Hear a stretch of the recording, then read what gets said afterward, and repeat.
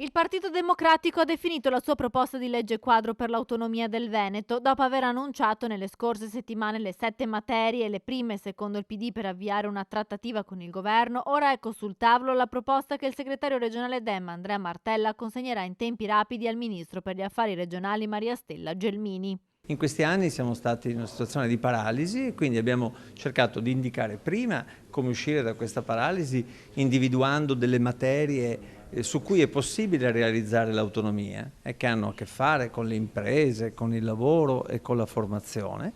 E oggi abbiamo voluto offrire una nostra proposta di legge quadro, dal momento che il governo con il ministro Gelmini ha detto che la vuole approvare rapidamente e noi stiamo dando in questo modo un contributo propositivo. I temi del lavoro, della formazione delle imprese per avviare un dialogo con il governo, scelti per importanza e perché non prevedono i livelli essenziali delle prestazioni, i cosiddetti LEP. Ma tra le novità inserite nella proposta di legge quadro del PD anche il limite temporale di un anno per individuare strade e risorse anche per tutte quelle materie che prevedono le modalità con cui viene finanziato il trasferimento delle competenze. Noi abbiamo voluto individuare 7 materie per quanto ci riguarda fondamentali, sulle quali il giorno dopo l'approvazione della legge quadro è possibile realizzare l'autonomia,